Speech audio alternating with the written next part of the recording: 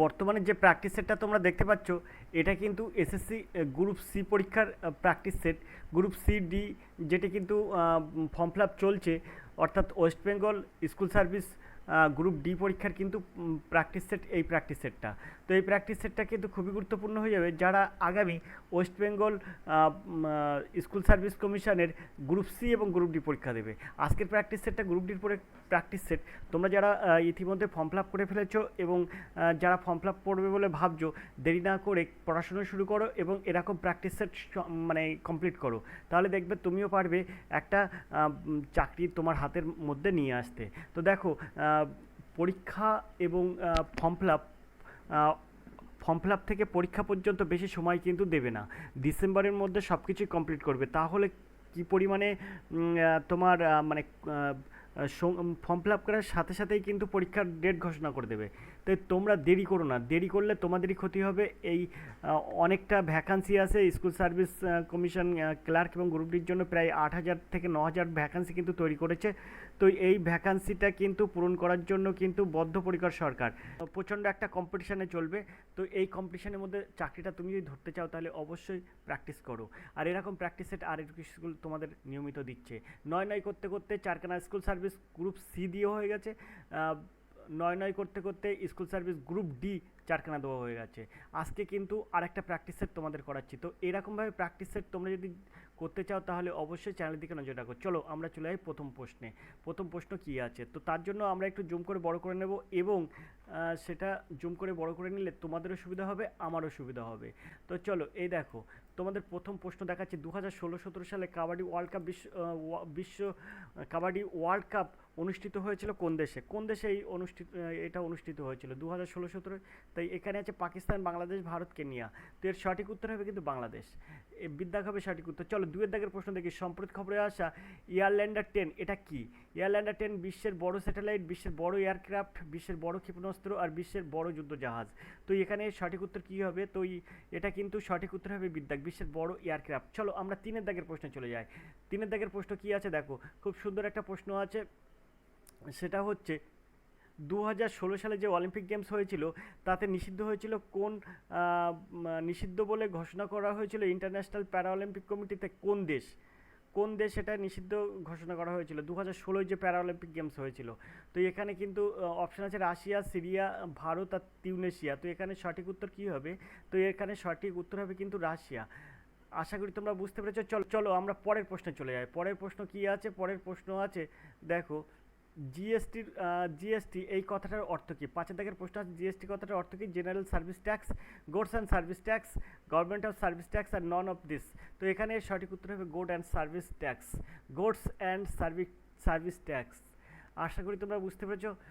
তো এর সঠিক উত্তর বিদ্যাগ। 6 দাগের প্রশ্ন আছে কি? সম্প্রতি রাজীব গান্ধী সদ্ভাবনা পুরস্কার সম্মানিত হলেন শুভা মুদগল। ইনি কোন কিসের সাথে যুক্ত? তো ইনি কিন্তু কিসের সাথে যুক্ত? ইনি হচ্ছে নৃত্য গায়িকা, অভিনেত্রী, লেখিকা। তো এখানে শুভা মুদগল হচ্ছে গায়িকা একজন, অর্থাৎ বিদ্যাগ হবে সঠিক উত্তর। চলো আমরা 7 দাগের প্রশ্নে চলে যাই। তার জন্য প্রশ্নটা একটু উপরের দিকে তুলি। 7 দাগের প্রশ্ন আছে, পুষ্প কামাল দাহাল কোন দেশের 39তম প্রধানমন্ত্রী হিসেবে নিযুক্ত হয়েছিলেন? এটা কিন্তু হয়েছিলেন হবে। তো এখানে 39তম প্রধানমন্ত্রী হিসেবে নিযুক্ত হয়েছিলেন। এনার অপশান আছে মায়ানমার, শ্রীলঙ্কা, নেপাল আর চিলি। তো এখানে সঠিক উত্তর হবে কিন্তু নেপালের প্রধানমন্ত্রী 39তম প্রধানমন্ত্রী হয়েছিলেন পুষ্পকামাল দাহাল। তো এনার কিন্তু অন্য নাম আছে প্রচণ্ড। তো ইনি কিন্তু মানে 39তম প্রধানমন্ত্রী হিসেবে নিযুক্ত ছিলেন। এখন বর্তমানে প্রধানমন্ত্রী কে আছেন? নেপালের বর্তমান প্রধানমন্ত্রী আছেন কিন্তু কেপি শর্মা আলী। ভালো করে নামটা জেনে নাও, কেপি শর্মা আলী বর্তমানে কিন্তু ইনি আছেন প্রধানমন্ত্রী।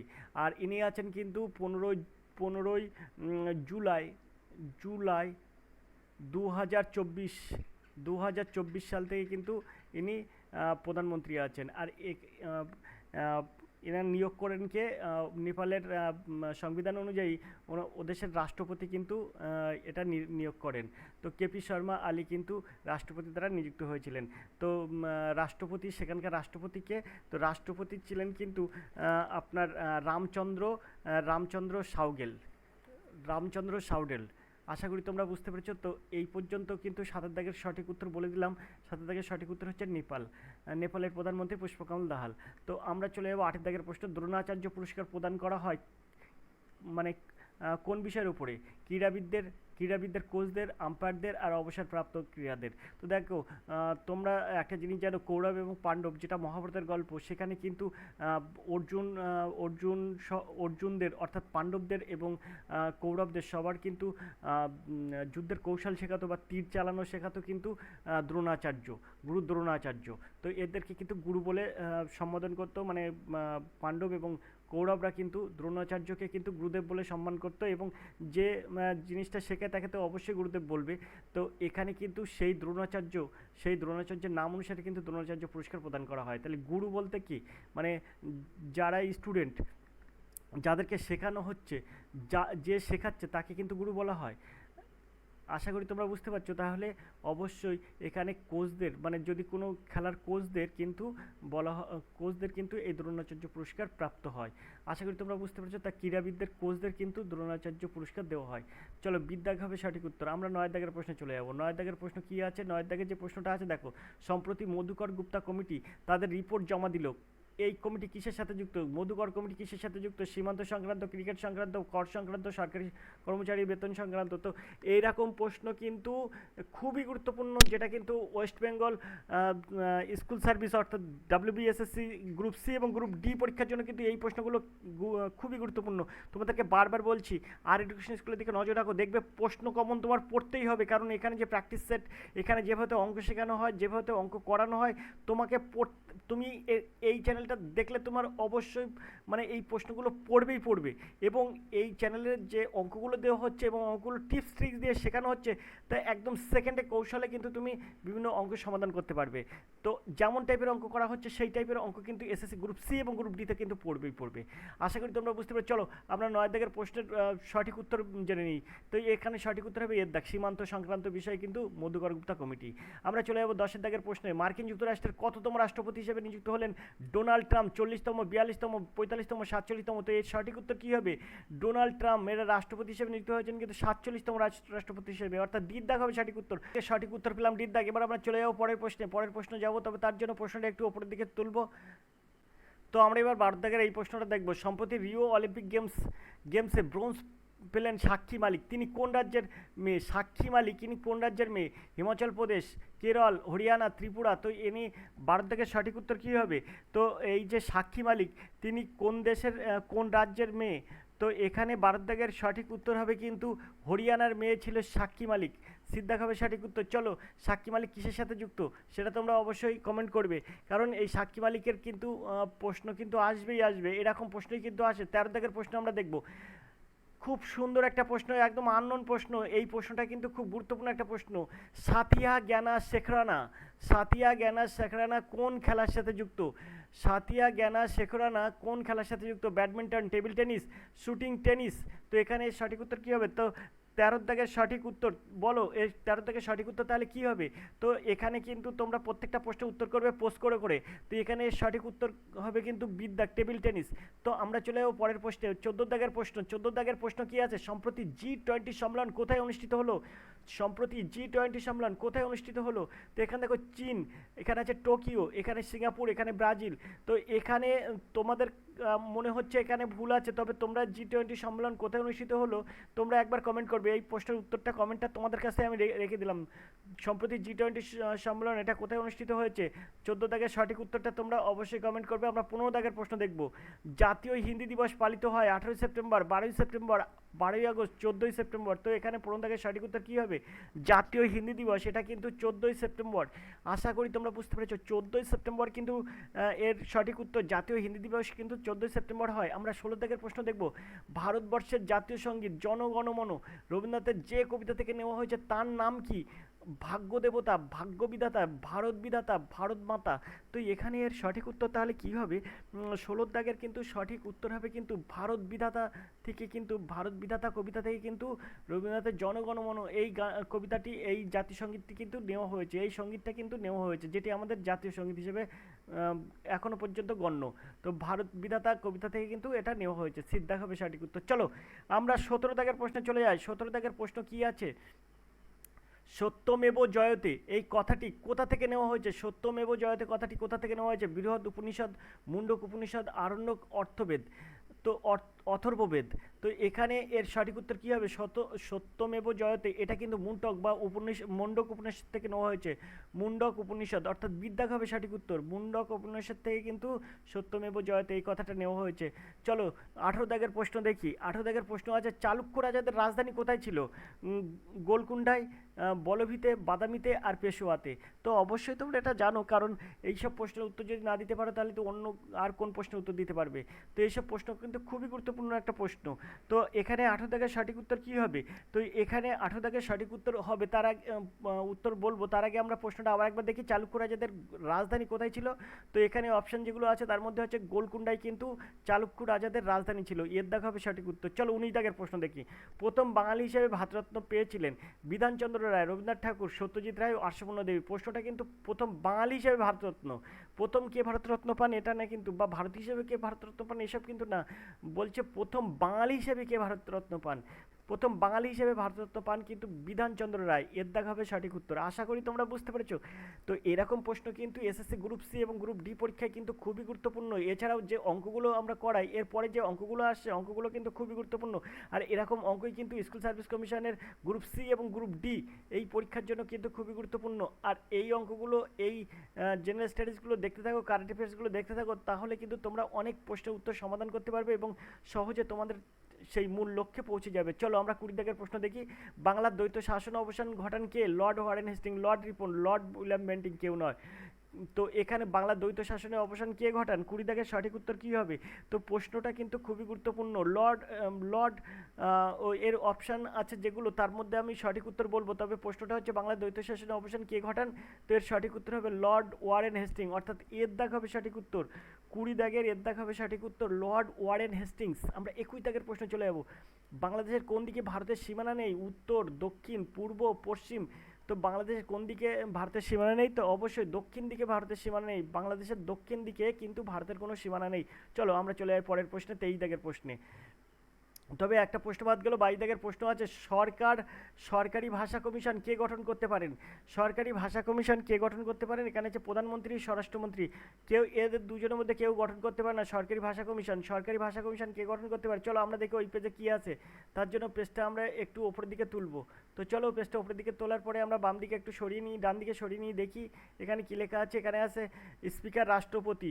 তো এখানে আমার প্রশ্ন ছিল কিন্তু সরকারি ভাষা কমিশন কে গঠন করতে পারেন? তো সরকারি ভাষা কমিশন এখানে গঠন করতে পারেন যিনি, তিনি হলেন এখানে আছে যে রাষ্ট্রপতি হবে সঠিক উত্তর। অর্থাৎ এখানে এই অপশানে আছে স্পিকার, এখানে আছে রাষ্ট্রপতি। তো দিদ্দাক হবে সঠিক উত্তর। রাষ্ট্রপতি কিন্তু সরকারি ভাষা কমিশন গঠন করতে পারে, অর্থাৎ দিদ্দাক হবে সঠিক উত্তর। চলো আমরা ২৩ দাগের প্রশ্ন দেখি। ২৩ দাগের যে প্রশ্নটা আছে, বিখ্যাত রক গার্ডেন কোথায় অবস্থিত? বিখ্যাত রক গার্ডেন কোথায় অবস্থিত? সিমলা, চণ্ডীগড়, লখনৌ, জয়পুর। তো এখানে ২৩ দাগের সঠিক উত্তর কী হবে? খুব সুন্দর একটা প্রশ্ন কিন্তু, এই প্রশ্নের সঠিক উত্তর হবে কিন্তু চণ্ডীগড়। বিখ্যাত রক গার্ডেন কোথায় অবস্থিত? চণ্ডীগড়ে অবস্থিত। বিদ্যাক হবে সঠিক উত্তর। চলো ২৪ দাগের প্রশ্ন দেখি। ওয়াইফাই এই কথাটির অর্থ কি? ওয়াইফাই কথাটির অর্থ হচ্ছে ওয়্যারলেস ফিডিলিটি, ওয়্যারলেস ফিকশন, আর এখানে আছে উইন্টার ফ্রি, ওয়্যারলেস ফ্রিকোয়েন্সি। তো এখানে সঠিক উত্তর হবে ওয়্যারলেস ফিডিলিটি, অর্থাৎ এর দাগ হবে সঠিক উত্তর। চলো আমরা চলে যাই পরের প্রশ্নে। ওয়াইফাই এর পুরো কথার অর্থ কি? এই কথাটা এটা কিন্তু খুব গুরুত্বপূর্ণ একটা প্রশ্ন। চলো ২৫ দাগের প্রশ্ন, আমরা ২৫ দাগের প্রশ্ন দেখব। ২৫ দাগের প্রশ্ন কি আছে? নিচের কোনটির অভাবে গাছের পাতা হলুদ হয়ে যায়? Sodium, phosphorus, calcium, magnesium. তো এখানে সঠিক উত্তর কী হবে? তবে তার আগে একটা কথা বলে রাখি, এখানে কিন্তু প্রশ্ন আছে কিসের অভাবে গাছের পাতা হলুদ হয়ে যায়। আগে দুদিন আগে কিন্তু একটা প্রশ্নের মানে একটা প্র্যাকটিস সেটে আমরা কিন্তু উত্তর করেছি কিসের জন্য গাছের পাতা সাদা হয়ে যায়, আর এখানে কিন্তু বলছে হলুদ হয়ে যায়। কিসের জন্য গাছের পাতা সবুজ হয়ে যায় সেই প্র্যাকটিস সেটে করিয়েছিলাম, সেটার উত্তর কি হয়েছিল অবশ্যই তোমরা দেখেছো, অবশ্যই তোমরা কমেন্ট করবে কিসের অভাবে গাছের পাতা সাদা হয়ে যায়।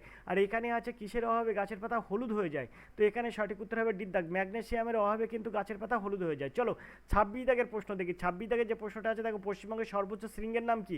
আনাইমুদি, গুড়গাবুরু, সান্দাকফু, ঘুম। তো এখানে পশ্চিমবঙ্গের সর্বোচ্চ শৃঙ্গের নাম কি? তো এর মধ্যে সঠিক উত্তর কী হবে? অবশ্যই সান্দাকফু হচ্ছে এর সঠিক উত্তর। সিদ্ধাক হবে সঠিক উত্তর। সান্দাকফু হচ্ছে পশ্চিমবঙ্গের সর্বোচ্চ শৃঙ্গের নাম, সর্বোচ্চ শৃঙ্গ হচ্ছে সান্দাকফু। চলো 27 দাগের প্রশ্ন দেখি। উত্তর ভারতের শেষ হিন্দু রাজা কে ছিলেন? খুব সুন্দর একটা প্রশ্ন এবং গুরুত্বপূর্ণ একটা প্রশ্ন। চন্দ্রগুপ্ত, কৃষ্ণদেব রায়, হর্ষবর্ধন, সমুদ্রগুপ্ত। তো এই যে অপশনগুলো আছে তার মধ্যে মানে সঠিক উত্তর কী হবে? তো শেষ হিন্দু রাজা অর্থাৎ উত্তরবঙ্গের শেষ হিন্দু রাজা ছিলেন হর্ষবর্ধন, অর্থাৎ সিদ্ধাক হবে সঠিক উত্তর। সুন্দরভাবে কিন্তু এইসব প্রশ্ন সহজে সমাধান করা যায় এবং পড়লেই কিন্তু এইসব প্রশ্ন করা যায়। এছাড়াও যদি তুমি নিয়মিত প্র্যাকটিস সেট দেখো, অ্যাকচুয়াল নিয়মিত প্র্যাকটিস সেট যদি অভ্যাস করো, এছাড়াও যদি তুমি আমাদের ক্লাসগুলো প্রতিদিন দেখো, তাহলে কিন্তু তুমি যে কোনো প্র্যাকটিস সেটের উত্তর তুমি করতে পারবে। আশা করি তোমরা বুঝতে পারছো, যে কোনো প্র্যাকটিস সেট কিন্তু উত্তর করতে পারবে শুধুমাত্র আর এডুকেশন স্কুল যদি তুমি দেখো। তো চলো আমরা 27 দাগের প্রশ্ন দেখলাম। 28 দাগের প্রশ্ন দেখি। 28 দাগের প্রশ্নের জন্য আমরা একটু উপরের দিকে তুলি। 28 দাগে কী প্রশ্ন আছে দেখো, মাধ্যাকর্ষণ সূত্র কে আবিষ্কার করেন? মেন্ডেল, নিউটন, জুল আর মাইকেল ফ্যারাডে। তো মাধ্যাকর্ষণ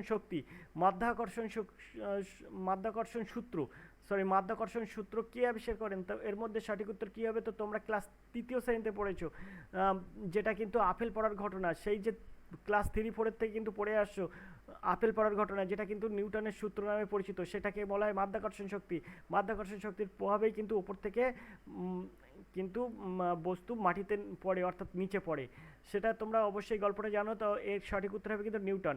মাধ্যাকর্ষণ সূত্র কে আবিষ্কার করেন? স্যার আইজ্যাক নিউটন, অর্থাৎ বিদ্যাক হবে সঠিক উত্তর। 29 দাগের প্রশ্ন দেখব, কোন রাজ্য থেকে কাবেরী নদীর উৎপত্তি ঘটেছে? কর্ণাটক, মধ্যপ্রদেশ, উড়িষ্যা, বিহার। তো এর সঠিক উত্তর কী হবে? চলো 29 দাগের প্রশ্নটা একটু উপরে দিকে তুলে দেখছি। কোন রাজ্য থেকে কাবেরী নদীর উৎপত্তি ঘটেছে? তা কর্ণাটক, মধ্যপ্রদেশ, উড়িষ্যা, বিহারের মধ্যে সঠিক উত্তর হবে কিন্তু কর্ণাটক রাজ্য থেকে কিন্তু কাবেরী নদীর উৎপত্তি হয়েছে। কাবেরী হচ্ছে কর্ণাটকের কাবেরী। আশা করি তোমরা বুঝতে পেরেছো। চলো আমরা 30 দাগের প্রশ্ন দেখি। কত সালে কলকাতায় সুপ্রিম কোর্ট স্থাপিত হয়? 1733, 1735, 1708, 1745। তো এর সঠিক উত্তর কী হবে? তো এই প্রশ্নটা কিন্তু খুব গুরুত্বপূর্ণ একটা প্রশ্ন, খুব মানে ইম্পর্টেন্ট প্রশ্ন তোমাকে আর বলা যায়, কারণ সুপ্রিম কোর্ট বলেছে কিন্তু দিল্লিতে সাধারণত সুপ্রিম কোর্ট স্থাপিত হয়, দিল্লিতে আছে কিন্তু সুপ্রিম কোর্ট, সেটা কিন্তু এখন বলছে কত সালে কলকাতায় স্থাপিত ছিল সুপ্রিম কোর্ট। তো এর সঠিক উত্তর হবে এই যে অপশানগুলো আছে তার মধ্যে এর অপশান সঠিক উত্তর, অর্থাৎ 1733 সালে কিন্তু কলকাতায় সুপ্রিম কোর্ট স্থাপিত হয়। তো এই ছিল কিন্তু 30টা জেনারেল স্টাডিজ। যে এত সময় যে জেনারেল স্টাডিজগুলো করালাম, সেই জেনারেল স্টাডিজগুলো কিন্তু স্কুল সার্ভিস গ্রুপ ডি পরীক্ষার প্র্যাকটিস সেট। এই এখানে তো দেখতেই পাচ্ছ, তো এটা গ্রুপ ডি পরীক্ষার প্র্যাকটিস সেট। তো এই প্র্যাকটিস সেট থেকে কিন্তু আজকে আমরা 30টা জেনারেল স্টাডিজ করলাম। এবার অঙ্ক প্রশ্নের সমাধান করবো, সব গুরুত্বপূর্ণ অঙ্ক কিন্তু এখানে আছে। তো চলো 31 দাগ থেকে কী অঙ্ক আছে আমরা দেখি। তার জন্য আমরা এই প্রশ্নটা 31 দাগের অঙ্কটাই নিয়ে যাচ্ছি। তো 31 দাগের প্রশ্ন আমরা দেখব। তো চলো আমরা 31 দাগের অঙ্ক দেখি কী আছে। দেখো প্রথমে এই 31 দাগের মতন অঙ্ক থাকলে আমরা কি করতে পারি, আমরা এখানে সরাসরি যেহেতু এক্সের মান চেয়েছে তাহলে 5x সমান সমান আমরা কি করতে পারি, এটা আমরা 5x গ্রেটার দেন এখানে আমরা দিতে পারি, এখানে এই যে 6টা 6 লিখবো আর প্লাস ওয়াইটা ওই সাইড গেলে মাইনাস ওয়াইয়ের মান কত দেওয়া আছে 16, তাই আমরা এটা লিখবো -16। এখন এখানে আমরা x সমান সমান x গ্রেটার দেন এখানে -16 থেকে যদি আমরা 6 বিয়োগ করি তাহলে থাকবে -10। তো -10 আর 5টা নিচে চলে যাবে, তাহলে 5টা নিচে করলে 5 দ্বিগুণে 10, তাহলে 2 হবে, এখানে x এর মান হয়ে যাবে -2। আশা করি তোমরা বুঝতে পেরেছো। তাহলে x গ্রেটার দেন -2 অর্থাৎ ডি দাগ হবে সঠিক উত্তর। তো এইভাবে কিন্তু এই অঙ্ক সহজে সমাধান করা যায়। 32 দাগের অঙ্ক দেখো, তো এক ব্যক্তি তার বেতনের 1/5 এবং 700 টাকা খরচ করে দেখলো যে এখনও বেতনের 1/3 বাকি আছে, তার বেতন কত? তো এরকম অঙ্ক থাকলে তুমি কিভাবে সহজে সমাধান করবে? দেখো 1/5 1/3 যোগ করবে, যোগ করলে হয়ে যায় কত 8/15। তো 1 থেকে 8/15 বিয়োগ করবে, 1 থেকে 8/15 বিয়োগ করলে তোমাকে থাকবে 7/15। এই 7/15 অংশ সমান কিন্তু এই 700 টাকা। তাহলে কী করবে, এক অংশ সমান, তাহলে এই 700কে কী করবে, 700কে 15/7 দিয়ে গুণ করে দেবে, তাহলে 7×100 700, তাহলে মোট টাকা কত হবে 15×100 1500। আশা করি তোমরা বুঝতে পেরেছো, বিদ্যাক হবে সঠিক উত্তর। আশা করি তোমরা বুঝতে পেরেছো। চলো আমরা চলে যাবো পরের প্রশ্নে। 33 দাগের প্রশ্ন আছে, এক ব্যক্তি 178 টাকায় একটি বস্তু বিক্রি করে 11% ক্ষতি হয়, কত টাকা বিক্রি করলে 11% লাভ হবে? এরকম অঙ্ক থাকলে তুমি কি করবে, এই 178 দেবে ইন্টু এবারে দেখো 11% ক্ষতি আর 11% লাভ, তার মানে 11% 100 টাকায় 100 টাকা যদি ক্রয় মূল্য হয়, বিক্রয় মূল্য হয়ে যাবে 111, তাহলে 111 হবে। আর যেহেতু এত টাকায় বিক্রি করেছে তাই আমরা বিক্রয় মূল্য দিয়েই করবো। আর এখানে যদি ক্ষতি হয়ে যায় তার বিক্রয় মূল্য কত হবে? তার বিক্রয় মূল্য হবে তোমার 89 টাকা। আশা করি তোমরা বুঝতে পেরেছো। তো 111/89। এখন তুমি এটাকে ক্যালকুলেশন করলে তোমার অঙ্কের সমাধান হয়ে যাবে। এইটাকে এটা দিয়ে কাটলে হয়ে যাবে 2। আর 2কে আমরা 111 যদি গুণ করি তাহলে 2 1 2 হবে, 2 1 2 হবে, 2 1 2, অর্থাৎ 222, অর্থাৎ 6 সিদ্ধাক হবে সঠিক উত্তর। আশা করি তোমরা বুঝতে পেরেছো। চলো আমরা 34 দাগের প্রশ্ন দেখি। 34 দাগের প্রশ্ন আছে, একটি দ্রব্যের ধার্য মূল্য 500 টাকা, পরপর দুবার যথাক্রমে 20% ও 10% ছাড় দিলে দ্রব্যটির বিক্রয় মূল্য কত? তো দেখো এটাকে তুমি কিভাবে সমাধান করবে। প্রথমে তোমার 500 টাকা দুবার ছাড় দিতে হবে। 500 ইন্টু প্রথমে 20%, তাহলে 80/100। 500 টাকার উপর কিন্তু ছাড় দিচ্ছ। তারপরে কত হচ্ছে? 10% ছাড়, তার মানে 90/100। আশা করি তোমরা বুঝতে পেরেছো। এই শূন্য এই শূন্য এই শূন্য আর এই শূন্য কাটবে, এই শূন্য এই শূন্য এই শূন্য এই শূন্য কাটবে। তো 5 8 40, 4 9 36, অর্থাৎ 360। তো এই বিক্রয় মূল্য হবে কিন্তু 360। বিদ্যাক হবে সঠিক উত্তর। আশা করি বুঝতে পারবে। প্রত্যেকটা অঙ্ক এরকম 2 লাইনে অঙ্ক হয়ে যাবে। 35 দাগের প্রশ্ন, 160 এর 15% এর সাথে কত যোগ করলে যোগফল 240 এর 25%-এর সমান হবে? তো এই অঙ্কটা তুমি কিভাবে সহজেই সমাধান করবে? দেখো প্রত্যেকটা অঙ্ক সহজেই সমাধান হবে। তো এই অঙ্কটা তুমি কিভাবে সহজেই সমাধান করবে? তো 240 এর 25% কত? এর 25% মানে 25/100। এর সাথে কত যোগ করলে যেহেতু বলেছে, তাহলে এটা আমরা বিয়োগ করব। বিয়োগ করলে আমার হয়ে যাবে 160। এই 160 এর 15%-এর সাথে কত যোগ করলে বলেছে, তাই এইটার থেকে এটা বিয়োগ করলে আমরা সেটা পার করতে পারবো। তাহলে 15/100। ব্যাস, এবার আমরা এটা ক্যালকুলেশন করব। তো এখানে আমরা এই শূন্য আর এই শূন্যটা কাটবো, আর এখানে 3 এ 5 15 করবো, আর এখানে 5 দ্বিগুণে 10 করবো, অর্থাৎ 2 এ 3 আর 2 3 উপরে 2 নিচে, তাই এই 2 আর এই 16 কাটলে হয়ে যাবে 8। তাহলে 8 আর 3 8 উপরে 3 উপরে, আর এখানে আছে 4 25 100 করবো, আর 4 আর এই 240 কাটলে হয়ে যাবে 60।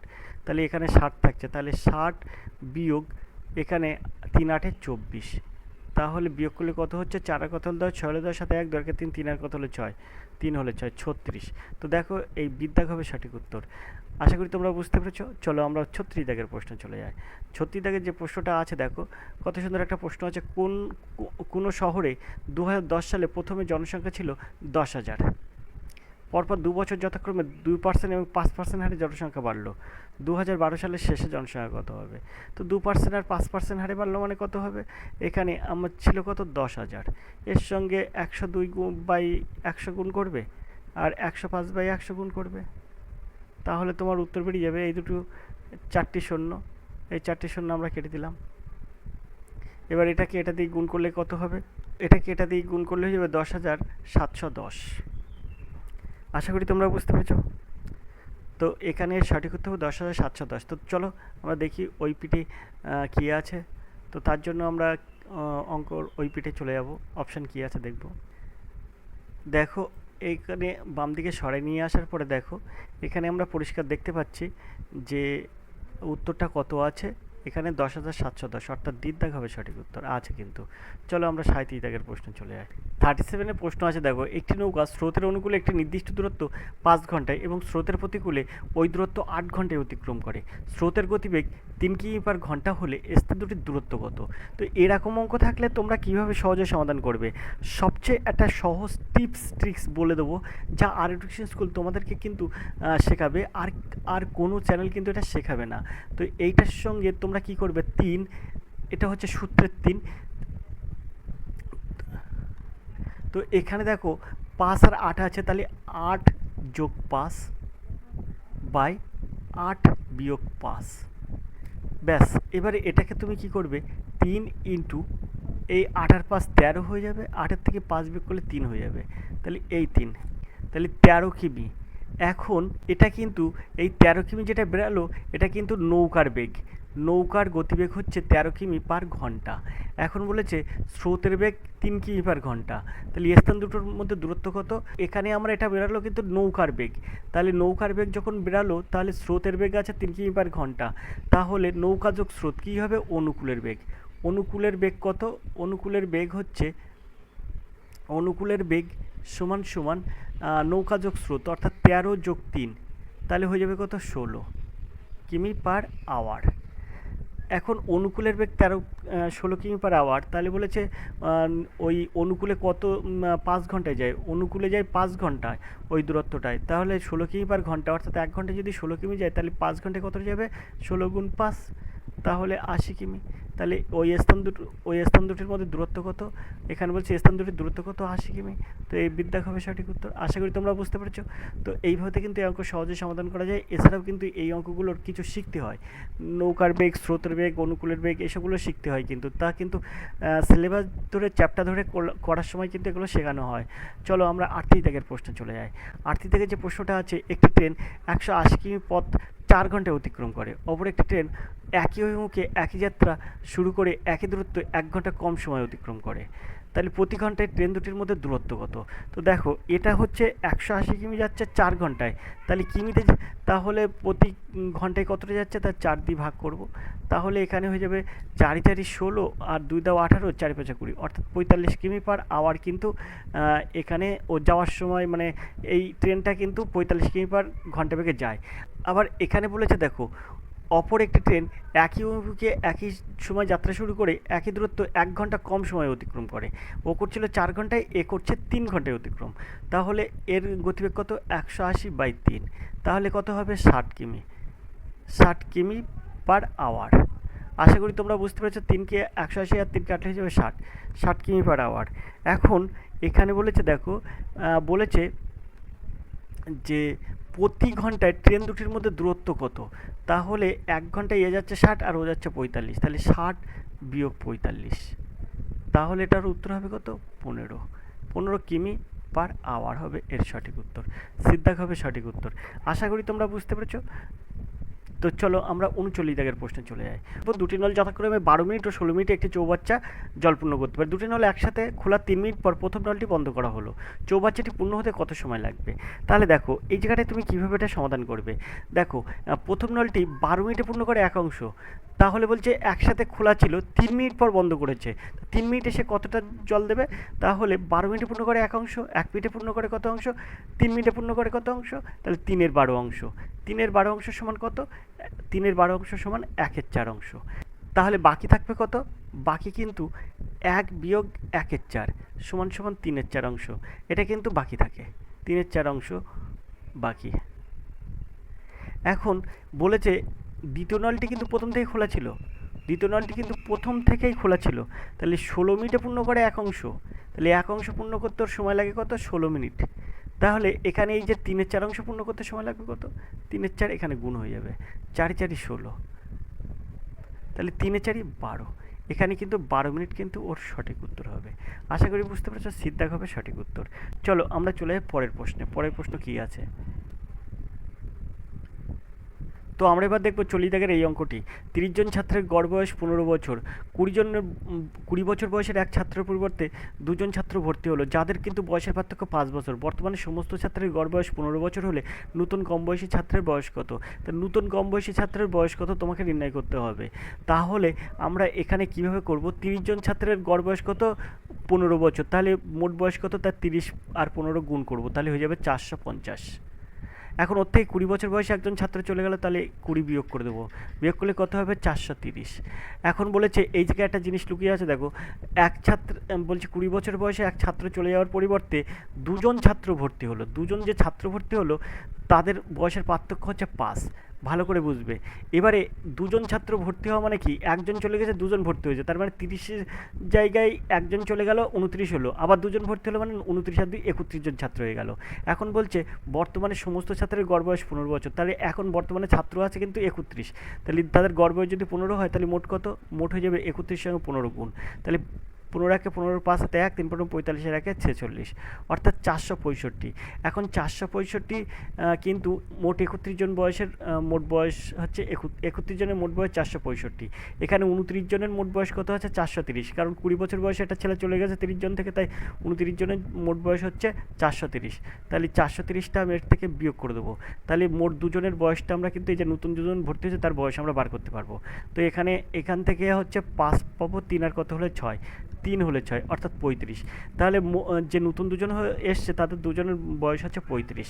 তাহলে দেখো যদি 35 হয় তাহলে ছোটোর বয়স যদি 15 হয় তাহলে বড়োর হবে 20, আর সে দুটোর বয়সের পার্থক্য কিন্তু 5। বড় যে হবে আর ছোট যে হবে, বড় জনের যদি 20 বছর হয় তাহলে ছোটো জনের হবে 15, আবার এই দুটোর বয়সের পার্থক্য দেখো 5। আশা করি বুঝতে পেরেছো। তাহলে এখানে কিন্তু এটা হবে এর সঠিক উত্তর, অর্থাৎ 15 হবে, বিদ্যাক হবে সঠিক উত্তর। চলো আমরা চলে যাই পরের প্রশ্নে। পরের প্রশ্ন দেখি কী আছে। এবার আমরা অ্যাকচুয়ালি দেখে এই অঙ্কটা দেখব।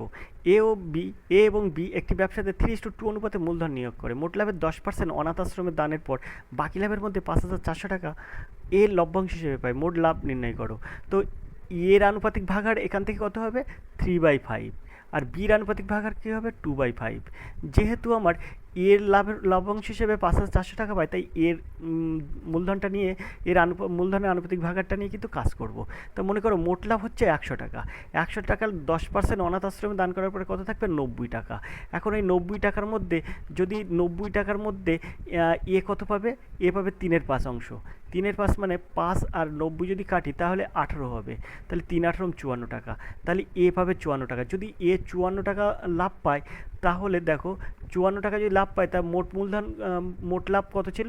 যদি 54 টাকা এ লাভ পায় তাহলে মোট লাভ কত ছিল, মোট লাভ কিন্তু 100 টাকা ধরেছিলাম। তাহলে লাভ পায় এ যদি 54 টাকা লাভ পায় তাহলে মোট লাভ হয় কত 100 টাকা। যদি 1 টাকা হয় তাহলে এ পাবে 100/54, মানে মোট লাভ হবে 100/54। আর যদি এ পেয়েছে কত 5,400 টাকা, 54 টাকা পেলে মোট লাভ হবে 100 টাকা, 1 টাকা পেলে 100/54, আর এই 5,400 এই টাকা যদি এ লাভ পায় তাহলে মোট লাভ হবে কত, তাই 5,400টা কিন্তু ওপরে গুণ হয়ে যাবে। সেই ক্ষেত্রে এটা গুণ করলে 100, আর 100 গুণ করলে হয়ে যাবে 10,000। আশা করি তোমরা বুঝতে পেরেছো। তার মোট লাভের পরিমাণ কিন্তু 10,000 টাকা। এইভাবে কিন্তু এসব অঙ্ক সহজেই সমাধান করা যায়। আমরা এবার 42 দাগের এই অঙ্কটা দেখব। 675 টাকায় এ বি সি এর মধ্যে এমনভাবে ভাগ করা হলো যদি তারা প্রত্যেকে 5 টাকা কম পেত তবে তাদের অংশের অনুপাত 1:2:3 হতো। সি কত টাকা পেল? তো 1:2:3, 675 টাকা এমনভাবে ভাগ করবে, তাহলে 3 জনে পাচ্ছে কত, 3 পাচ্ছে 15 টাকা। তাহলে 15 টাকা 675 থেকে 15 বিয়োগ করো, তাহলে হয়ে যাবে 660 টাকা। এই 660 টাকা তোমাকে কি করতে হবে, গুণ করতে হবে কত দিয়ে, এই যে অনুপাত কত আছে, সি হবে এইটা, এ হবে এটা, বি হবে এটা, সি হবে এটা। তাহলে সি কিন্তু 3/3 আর 2 5 আর 1 6 হবে। আশা করি তোমরা বুঝতে পেরেছো। 3/6 অর্থাৎ 6 11 66, তো 110। সেই ক্ষেত্রে আমরা 3 11 33 পাবো, 330। তাহলে সি কত টাকা পাবে? সি কিন্তু 330 টাকা পাবে। এটা কিন্তু সঠিক নয়, কারণ কি বলেছে না যে যদি তারা প্রত্যেকে 5 টাকা কম পেত, তার মানে কি এর সঙ্গে আরও 5 টাকা কিন্তু সি পেয়েছে। তাই 330-এর সঙ্গে আমরা 5 যোগ করে দেবো, তাহলে হবে 335। আশা করি তোমরা বুঝতে পেরেছো। তাহলে সিদ্ধাক হবে সঠিক উত্তর।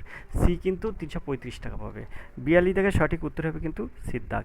চলো আমরা 43 দাগের প্রশ্নে চলে যাই। 43 দাগের প্রশ্ন কী আছে আমরা একটু উপরের দিকে তুলব।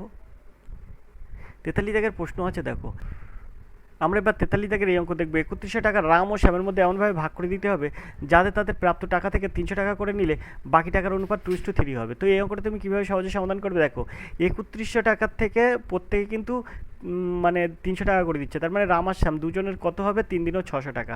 এই 600 টাকাটা কিন্তু 3100 টাকার থেকে বাদ যাবে, বাদ গেলে থাকবে কত 2500 টাকা।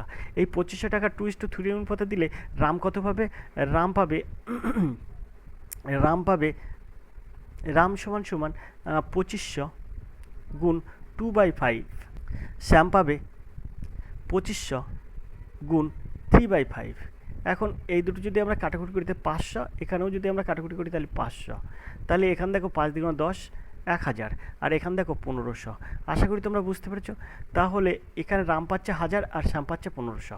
তা এবার এইখানটা কিন্তু বলেছে 3100 টাকা রাম ও শ্যামের মধ্যে এমনভাবে ভাগ করে দিতে হবে, তাহলে 1000 টাকার 1500 টাকা করে দিলে হবে না, কিন্তু এর সঙ্গে 300 টাকাটা যোগ দিতে হবে, কারণ 300 টাকা করে মানে এখানে বলে যাতে প্রাপ্ত টাকাতে 300 টাকা করে নিয়ে নিলে। কথাটা বুঝতে পেরেছো আশা করি। তাহলে 1000 সঙ্গে 300টা যোগ করতে হবে, এখানে 300, আর এর সঙ্গেও 300 যোগ করতে হবে, তবেই কিন্তু আমরা উত্তরটা পেয়ে যাব 1300, আর একজনের হবে শ্যামের হবে 1800। 1300 আর 1800 করে যদি দেয়, তাহলে কিন্তু 300 টাকা করে তাদের কাছ থেকে নিয়ে নিলে 2:3 অনুপাতে তাদের কাছে টাকা থাকবে, অর্থাৎ বিদ্যাগ হবে সঠিক উত্তর। আশা করি তোমরা বুঝতে পেরেছো 1300 আর 1800। তো এইভাবে 43 দাগের অঙ্ক সহজে সমাধান করা যায়। চলো 44 দাগের অঙ্ক দেখি। 44 দাগের যে অঙ্কটা আছে, 1 থেকে 9 পর্যন্ত বিজোড় সংখ্যাগুলির ঘনের সমষ্টি কত? 1 থেকে 9 পর্যন্ত বিজোড় সংখ্যাগুলির ঘনের সমষ্টি কত? তো তুমি এটাকে কিভাবে সমাধান করবে? যেহেতু ঘনের সমষ্টি বলেছে, তাহলে তোমার উত্তরটা কিভাবে বার করবে? এখানে ঘনের সমষ্টি বলেছে কিন্তু, তাই তোমাদের উত্তরটা এরমভাবে বার করতে হবে। 1/8, 1 থেকে 9 পর্যন্ত বলেছে, 1 থেকে 9, তাহলে 1/8 সূত্র হয়ে যাবে n+1 তারই হোল স্কোয়ার, তারপরে n² প্লাস 2n মাইনাস 1, এই কিন্তু সূত্র হয়ে যাবে। সূত্র কিন্তু তোমার এটাই চলে আসবে, সেই ক্ষেত্রে 1-এর 8, আর n এর মান তুমি কী ধরবে? n এর মান ধরবে 9, তাহলে 9 আর 1-এ কত হয়? 10, 10 স্কোয়ার মানে এখানে 100 গুণ, আর n মানে 9, 9-এর স্কোয়ার মানে 81, 9 দিনও 18, 18 থেকে 17 বাদ যাবে, তাহলে 81, আর 10 91, আর 7 98। তো আমরা এটা যদি কাটি, 4 দ্বিগুণে 8 হবে, 4 25 100 হবে, আর 2 আর 98 কাটলে কত হবে? 49 দিনও 98। তাহলে আমরা এখান থেকে পাবো 550, তো আমরা এখানে পাবো 5 25 125, তার থেকে 25 বাদ যাবে, তাহলে থাকবে হচ্ছে 1225। তো এর সঠিক উত্তর হবে কিন্তু 1225, অর্থাৎ এর দাগ হবে সঠিক উত্তর। আশা করি তোমরা বুঝতে পেরেছো। এখান থেকে এইভাবে কিন্তু এই অঙ্ক সহজে সমাধান করা যায়। এবার আমরা এই 45 দাগের প্রশ্ন দেখব। 45 দাগের প্রশ্ন দেখব। 45 দাগের প্রশ্ন কি আছে?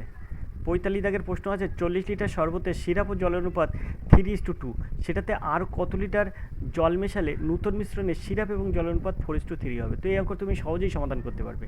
কিভাবে সহজে সমাধান করতে পারবে? দেখো, এখানে তোমাকে দেখতে হবে যে এই যে 3 আর 2-এর যোগফল কত? 5। 5কে 40 দিয়ে ভাগ করলে 8, 8কে যদি তুমি 3-এর সাথে 8 একবার গুণ করবে, আর 2-এর সঙ্গে 8 একবার গুণ করবে, তাহলে 3 8-এ 24, 24টা হবে সিরাপ, এই সিরাপের নিচে 24 লিখবে, 8 দিনে 16, 16 হচ্ছে জল। তাহলে সিরাপ এবং জল আছে 40 লিটারের মধ্যে, সিরাপ আছে 24 লিটার, জল আছে 16 লিটার, সেটাতে আর কত লিটার জল মেশাতে হবে? তার মানে আছে 16, তাহলে এতে আর কত লিটার জল মেশাতে হবে? তখন সিরাপ ও জলের অনুপাত হবে 4:3। তাহলে সিরাপ আছে 24, আর নিচে দেবো জল আছে 16, 16-র সঙ্গে আমরা x যোগ করব, 16 যোগ x, তবেই আমরা 4/3 পেয়ে যাব। আশা করি তোমরা বুঝতে পেরেছো। তাহলে এখান থেকে আমরা 4 6 24 করতে পারবো। 6 আর এই 3 যদি গুণ করি 18, তাহলে x সমান এখানে 16 প্লাস x সমান 18 হয়ে যাবে, 3 6 18। তাহলে x সমান কী হবে? 18, এই 16টা ওই সাইডে গেলে বিয়োগ 16, তাহলে x সমান হয়ে যাবে 2। এর সঠিক উত্তর হবে কিন্তু 2 লিটার। আশা করি তোমরা বুঝতে পেরেছো। তো এইভাবে কিন্তু 45 দাগের অঙ্ক সহজে সমাধান করা যায়। তো আজকে ক্লাসে আমরা দেখলাম রেলওয়ে, তো আজকে ক্লাসে আমরা দেখলাম স্কুল সার্ভিস কমিশনের যে ক্লার্ক গ্রুপ ডি পরীক্ষাটি হবে, তার কিন্তু একটি প্র্যাকটিস সেট। আমরা আজকের প্র্যাকটিস সেটটা দেখলাম গ্রুপ ডির প্র্যাকটিস সেট। এখানে দেখতেই পাচ্ছ স্কুল সার্ভিস গ্রুপ ডি পরীক্ষার প্র্যাকটিস সেট। তো আজকে ক্লাস এই পর্যন্ত, দেখা হবে পরের ক্লাসে। ততক্ষণ তোমরা ভালো থাকো, সুস্থ থাকো। ধন্যবাদ, তোমাদের দিন শুভ হোক।